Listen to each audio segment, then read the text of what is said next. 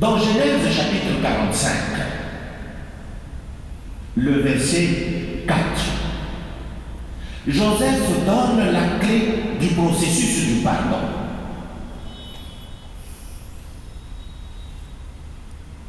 Joseph, il dit à ses frères, approchez-vous de moi. La première étape, si vous voulez vraiment vous réconcilier, la proximité. Vous approchez. Joseph a dit, approchez-vous. Angalifanya semblant, anabaki apele kwa Pharaon, et qu'on a pour Amateka, on a pour 20 yake kimya. Il sait que ce sont ses frères, mais il s'en fout. Comme ça arrive d'ailleurs très souvent. On est déjà sur la hadi. On a bien la bagarre, c'est ceux qui va commis Bandawana, Bengana Bango. Ou Bafoukouche. Le verset 4, il dit approchez-vous. Approchez-vous de moi. Il faut s'approcher du frère. Ce n'est pas facile de s'approcher de celui qui vous a blessé. Ce n'est pas facile. Ce n'est pas facile pour les Rwandais et les Hutus d'être ensemble, de s'approcher les uns les autres. Jusqu'aujourd'hui, c'est un processus. Joseph continue ce processus en disant, ne vous affligez pas. Mouchendeleye kubakia mwile kilonda.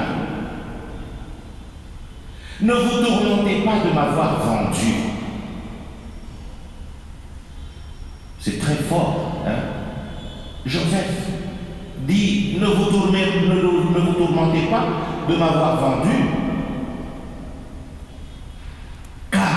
Et retenez la raison dans ce processus, c'est pour préserver vos vies que Dieu m'a envoyé ici. Dieu sait tirer du bien de tout le mal qui nous arrive. Dieu sait tirer du bien du mal qui nous arrive.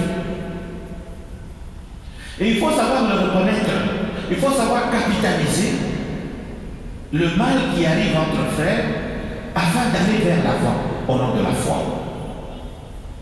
C'est ce que Joseph a dit à ses frères. Le verset 5. Genèse 45, verset 5. Et le verset 7, il est encore beaucoup plus intéressant lorsque Joseph dit, Dieu m'a envoyé en avant de vous pour assurer la permanence de votre race dans le pays et sauver vos vies pour une grande délivrance. Même la situation mauvaise dans laquelle il s'est trouvé, il la transforme en une situation de salut pour ses frères. Ça, c'est le processus de la réconciliation. Et Joseph ne tient pas compte que de lui. Égoïsme, non. Il tient plutôt compte de ses frères. Et il va même dire à ses frères, Dieu a permis, mes chers frères, Dieu a permis,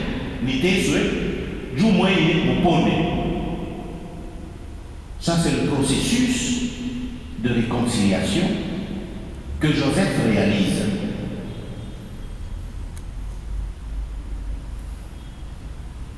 Et en définitive, dans le processus du pardon,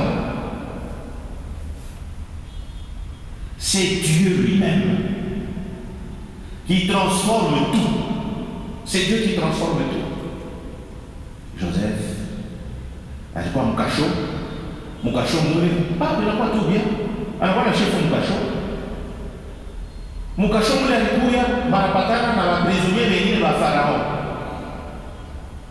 Banamwambia Farao, anasema mule mko kapetika Farao kaprisonnier kamoja, atakusaidia tu kuinterprete mandoto ya biko na pichika mpei yako manjala ya setana.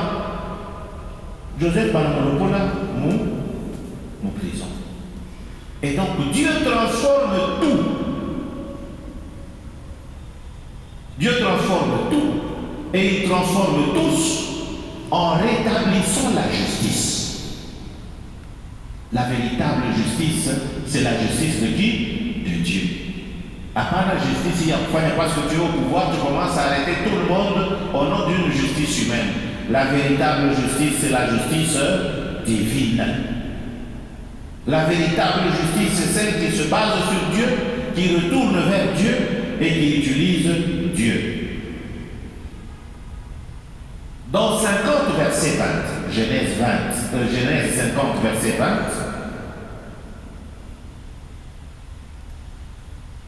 Joseph parle de cette justice divine. Il dit ceci: le mal que vous avez voulu me faire, Dieu l'a tourné en bien, afin d'accomplir ce qui se réalise aujourd'hui. Préserver la vie d'un peuple nombreux.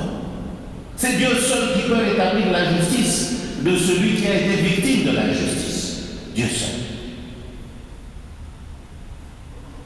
Bref, la réconciliation, le pardon, c'est un chemin. Un chemin qui est pavé d'étapes. Et laissez-moi vous dire, mes frères, le véritable pardon, il s'enracine dans la souffrance. Pour parvenir à pardonner réellement, vous devez souffrir. C'est vrai, cet homme, je l'aime. Cette femme, je l'aime. Il m'a fait du tort. Mais je dois renoncer à moi-même afin que je lui offre le pardon. Le pardon doit vous aider à vous dessaisir de votre égoïsme. Et chaque fois qu'il y aura des épreuves de division parmi nous, nous vivrons ces épreuves douloureuses entre chrétiens, entre ethnies, entre frères dans une famille. Il y a des frères, il y a des familles où les gens ne s'entendent pas. C'est difficile de parler de ces choses quand soi-même on les vit. Maman Elise, pour que demain je fasse une décision de conversion, parce que moi-même je dois me convertir. Je suis le premier qui doit se convertir. Je dis la vérité, je garde ça pour moi. Qu'il a mon tour, à le côté où il a mon été. Les épreuves. Le pardon doit surmonter plusieurs épreuves. Le mépris. Joseph a été méprisé par les siens. La haine. Le pardon doit toujours dépasser la haine. Le pardon est toujours en but à la haine. Comment tu vas offrir le pardon à quelqu'un dont tu sais qu'il te hait? C'est très compliqué. C'est très compliqué. Mais mais comment offrir un pardon? Et on voit des familles qui sont déchirées, déchiquetées. Il y a certains extrémistes dans tous les camps.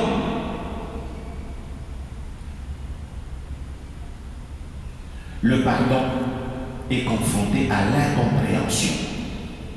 Même Jacob lui-même, le père, confronté à l'incompréhension. Quand son fils lui parle des songes. Le pardon est parfois confronté même à l'injustice. Potiphar anamwambia Joseph asema, huyu Joseph eko ananitafuta kubili. Et Potiphar a fait mettre Joseph en prison. C'est une injustice. Comment offrir le pardon à quelqu'un qui vous fait subir une injustice?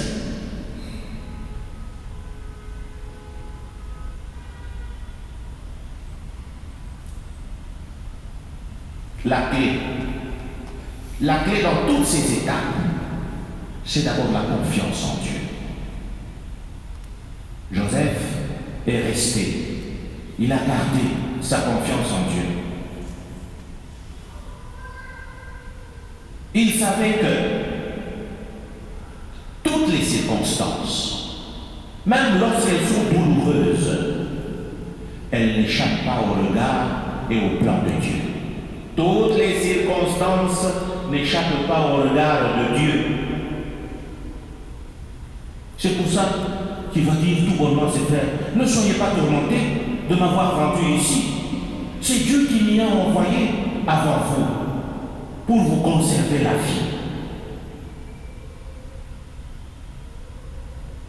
Pour le croyant, pour toi mon frère, pour toi ma sœur, Dieu contrôle les affaires du monde. Dieu est au contrôle de notre vie, comme disent les protestants. C'est Dieu qui est au contrôle de notre vie. Rien ne se passe sans l'accord de Dieu. Rien ne se passe dans notre vie sans l'accord de Dieu. Et de la pire des situations, Dieu peut tirer du bien. Vous avez voulu me faire du mal, Dieu a voulu en faire du bien. Le pardon coûte. Le pardon coûte. Mundoa, kurumia tu mwenzako. Asema nono, umenikosea bila kurumia. Sasa Mungu papa alizikukua. Anakuambia tu asema no, alimwomba mama kujikisha asema nono, bila kurumia. Sasa Mungu papa katakuwa tajiri. Katakuwa mshiko. Surtout baba conseiller va kumpembeni asema, "Mbona mtu hivi wanangu anafanya?" Ma chère, attention, alizikukua. Akisema kitu, Keba. Le pardon coûte. Et il y a toujours un prix à payer. Et ce prix, Joseph l'a traduit par le refus de se venger. Le prix du pardon, c'est le refus du droit à la vengeance. C'est ça le prix à payer. Le prix du pardon, c'est le refus du droit à la vengeance. Et ce sera ça la lecture de dimanche prochain. L'évangile de dimanche prochain. Si le pardon coûte, mais la réconciliation porte des fruits. Joseph s'est réconcilié avec ses frères et cela a porté des fruits. La réconciliation porte des fruits. Le fruit de la paix. Le jour où les populations se réconcilieront, il y aura la paix. Il y a l'enlèvement des terrorisés, parce qu'on est réconcilié d'abord entre nous-mêmes.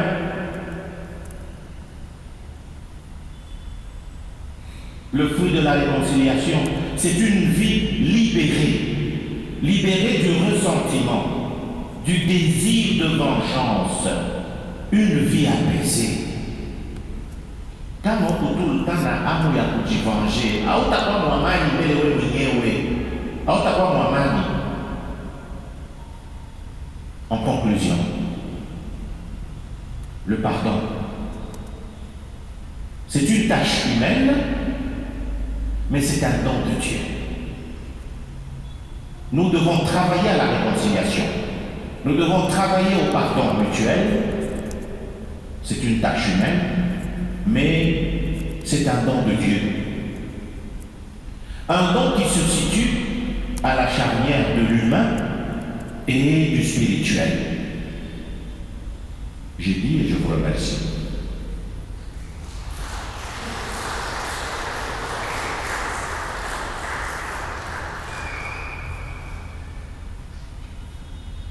Il est 18h, je suis en train de parler depuis 55 minutes. Nous allons prendre quelques questions dans l'échange. Il n'y a pas que l'abbé Bernard qui parle. Quelqu'un peut enrichir le débat. Quelqu'un peut ajouter une expérience. Et tout le monde est appelé à ne pas fuir l'Eucharistie. L'Eucharistie nous aide à nous réconcilier entre nous-mêmes, avec nous-mêmes. L'Eucharistie, c'est la source et le sommet de la vie chrétienne.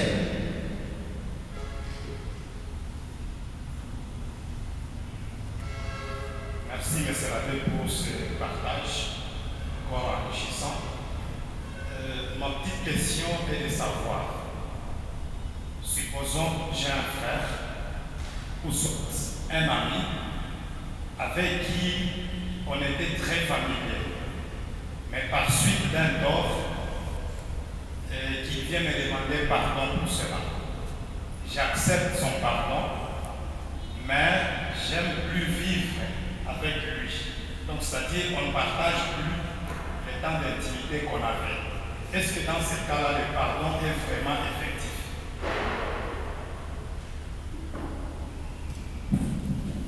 J'ai suivi votre question un peu de manière distraite, mais si j'ai bien compris, le pardon sincère oublie le tort commis.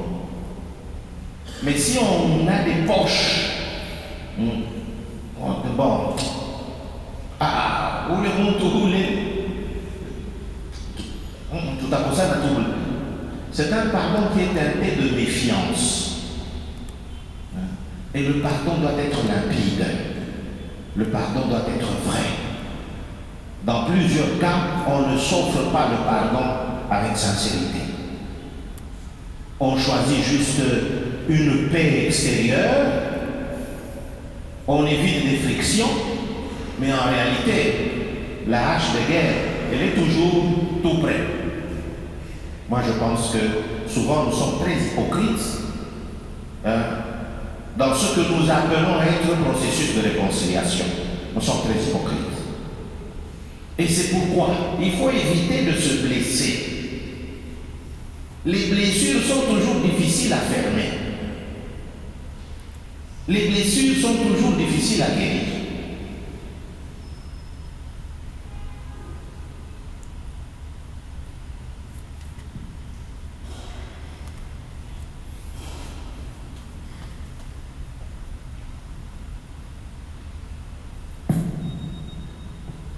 Ok, merci, monsieur l'abbé. Bon, j'ai une petite question. Il s'agit des personnes conflictuelles et récidivistes. Vous le pardonnez aujourd'hui, demain il répète, vous le pardonnez. Jésus-Christ avait dit on peut pardonner même jusqu'à 77 fois. Maintenant, si je prends des dispositions pour ne pas toujours être en conflit avec quelqu'un, mais je commence à l'éviter. Est-ce que mon pardon est sincère ou bien je suis hypocrite? La beauté des enseignements bibliques vient du fait que la parole de Dieu, elle est comme un miroir à travers lequel nous sommes en train de vérifier nos relations avec Dieu, avec le prochain et avec nous-mêmes. Vous êtes devant un récidiviste. Et Pierre avait même posé la question, c'est la question qu'on va entendre dimanche. Si mon frère a péché contre moi 7 fois, chiffre de la perfection, combien de fois vais-je lui pardonner? Jésus lui dit, je ne te dis même pas jusqu'à 7 fois, mais à 7 fois, et il donne la parabole du débiteur impitoyable. Je vais anticiper. Devant quelqu'un qui est récidiviste, même celui qui est récidiviste, s'il est sous le regard de Dieu, il doit aussi agir à ne pas blesser les autres éternellement. Il a aussi un effort à faire, des étapes à faire sur le chemin de la réconciliation. Même les autres, les frères de Joseph, ils ont manifesté le signe de la conversion en pleurant leur acte. Ils avaient peur. Nous avions fait souffrir notre frère. Nous l'avions vendu. Maintenant qu'il est là, il peut nous vendre. Ils ont pleuré de voir leur frère. La conversion. Il ne faut pas te contenter d'être récidiviste tout le temps. Il y a que toi, il y a que toi. Par exemple, parce que tu es récidiviste.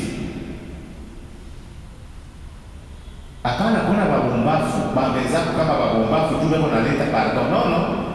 Celui qui offre le pardon, ne pensez pas qu'il est idiot quand il vous offre le pardon.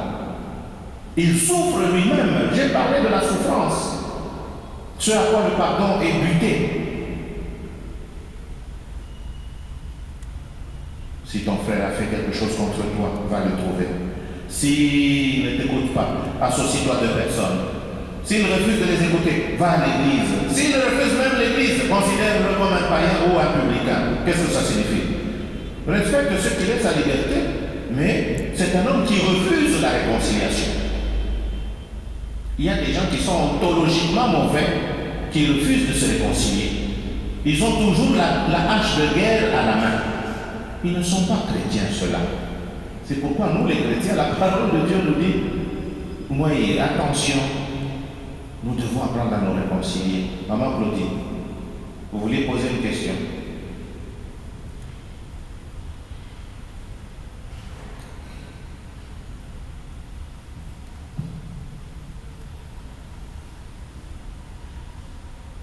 Merci, monsieur l'abbé, pour les enseignements.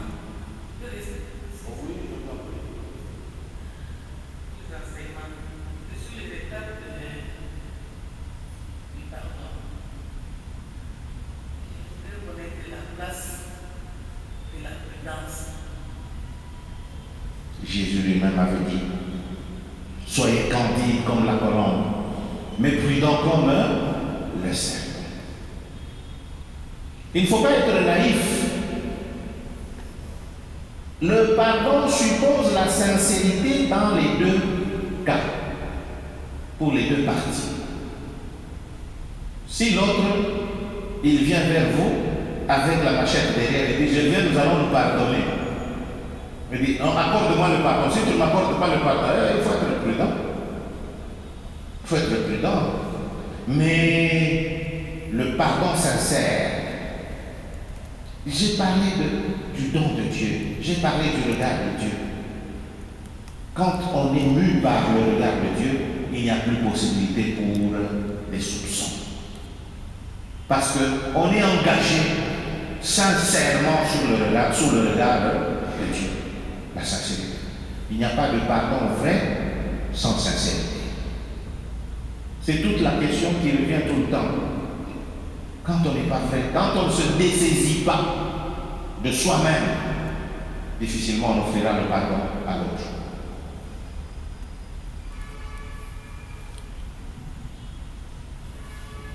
Merci beaucoup, monsieur.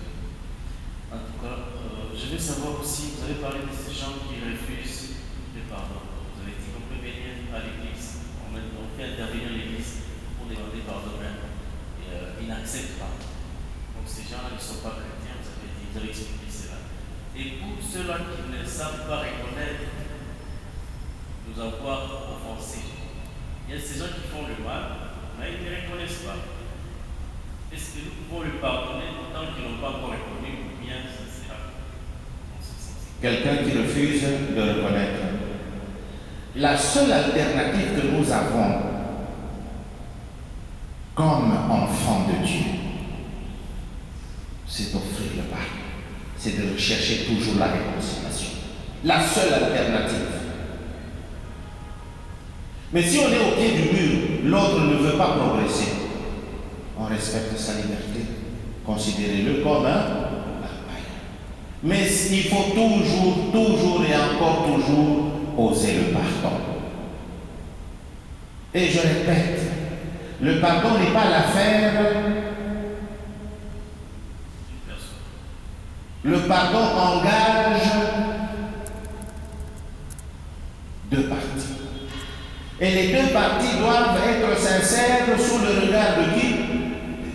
J'ai terminé une phrase là-bas, je ne sais pas si vous l'avez suivi. Travail humain, mais don de Dieu.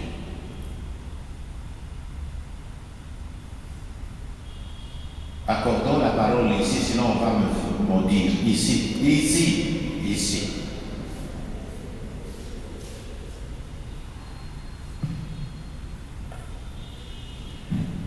Merci, monsieur l'abbé, de m'avoir donné la parole. Ce qui m'a réjoui, Joseph, c'est celui qu'on allait demander pardon, comme le Congolais nous faisons. Si quelqu'un m'a fait du mal, moi,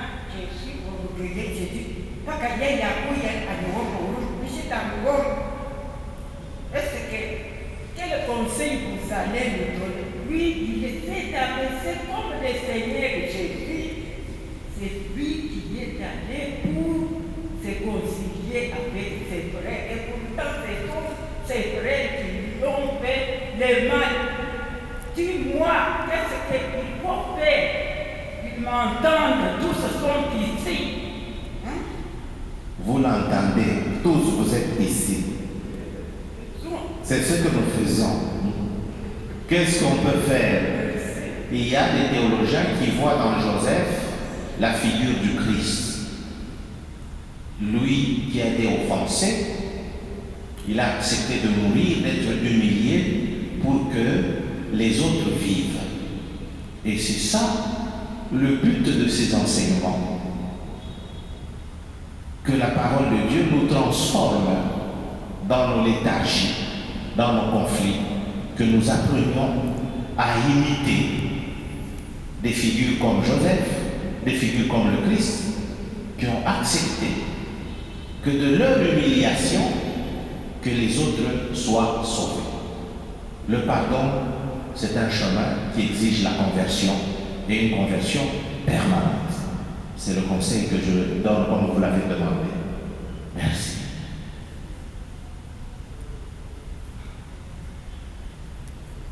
Pardon pour ma voix.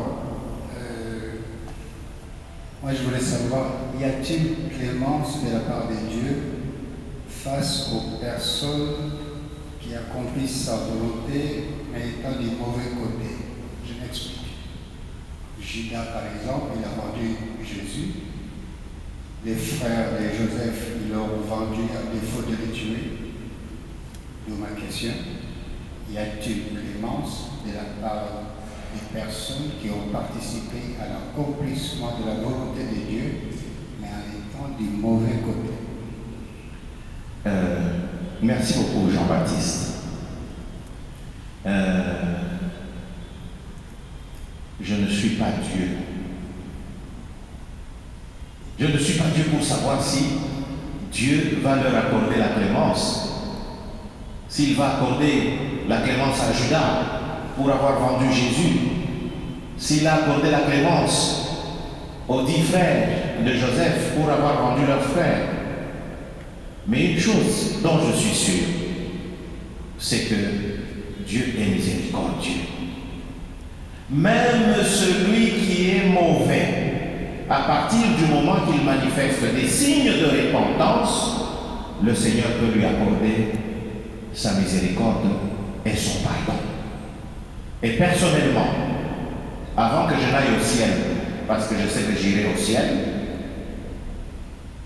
avant que je n'aille au ciel, je reste convaincu que Judas doit s'être converti.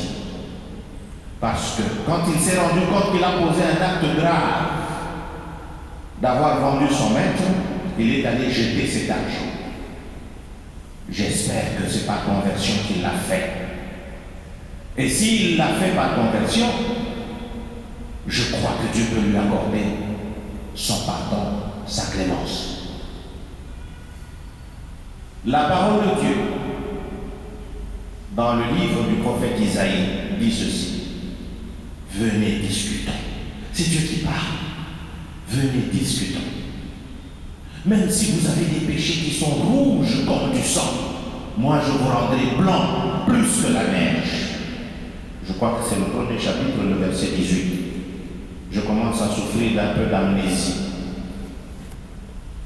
Dans Marc chapitre 3, le verset 28, Jésus dit, tous les péchés peuvent être pardonnés, sauf le péché contre l'esprit. Et le péché contre l'esprit, c'est le refus de l'accueil de la grâce de Dieu. Seul celui qui refuse d'accueillir la grâce est exclu de la grâce. Dieu offre sa grâce à celui qui se dispose à la recevoir. Ça au moins je crois que c'est ça notre Dieu.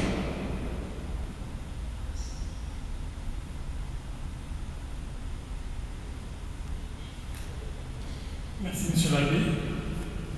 Mais après ce long processus du pardon. Que dire, par exemple, de cette phrase qu'on connaît souvent? Pardonner ne signifie pas oublier. C'est du semi-paganisme. C'est du semi-paganisme qui est voilé dans des belles paroles. Pardonner, ce n'est pas oublier. J'ai évoqué ce cas en évoquant l'image du disque d'arrêt. Vous dites, vous avez pardonné, mais vous revenez toujours sur le mal que l'autre avait fait. C'est-à-dire, vous enfermez celui à qui vous pensez avoir accordé le pardon, vous l'enfermez dans le mal, dans ce mal-là. Et pour vous, il n'est que ce mal-là. Mais si vous lui avez offert sincèrement le pardon, si lui aussi est sincère en accueillant le pardon, vous devez mettre le mal derrière vous et vous devez progresser ensemble vers le bien. Pardonner, ce n'est pas oublier. Ni vous pagano tout. Ni vous pagano. Parce que c'est pour vous dire par mambo et Saman. On prend une dernière question, il est 18h15, nous devons célébrer la messe. Monsieur l'abbé, moi j'aimerais poser aussi une question par rapport aux gens qui disent la vérité. Vous savez, dans nos familles, la logique voudrait que l'aîné ait raison, même si à China, on dit à l'école, ouais, vous devez demander non, on peut avoir ni fini. Déjà pour lui, ouais, vous devez se manier, on a fait conflit dans sa part. Parce que oh, c'est mal pour la vérité. Maintenant, on a ça pour souffrir intérieurement. À Chine, mon logique est la vérité, comme mon logique est la vérité. Maintenant, on c'est ma vérité. On a ça pour souffrir. La fin, il y a aïe. Moi qui te parle, je suis aîné. Je suis aîné de 14 enfants, sans jumeaux. C'est pour vous dire la gravité. Il arrive de fois que je suis confronté à ce que vous dites, mes jeunes frères qui vous disent ceci ou cela. Quand vous êtes aîné, c'est une responsabilité. Et quand vous êtes aîné, vous devez toujours avoir le sens du discernement. Dans telle situation, quel est le chemin droit et correct à suivre? Et quand vous êtes aîné, il faut toujours avoir le sens de l'écoute. Être aîné, ce n'est pas un droit à la dictature. Non. La vérité peut venir même d'un plus petit que soi. Plus vous serez humble, plus vous serez élevé. Et vous ne pouvez pas prétendre, puisque aîné, avoir le monopole de la vérité. Non. Il y a peut-être des facteurs, certains facteurs dans l'appréciation des faits dont vous ne disposez pas, mais les autres, ils en ont. Il faut toujours avoir le sens du discernement, le sens de l'écoute. Et par moment, il faut savoir interroger Dieu. Que dois-je faire dans telle situation? Très simple. C'était la dernière question, n'ajoutez pas une dernière. Il est 18h15. Rendez-vous mercredi prochain.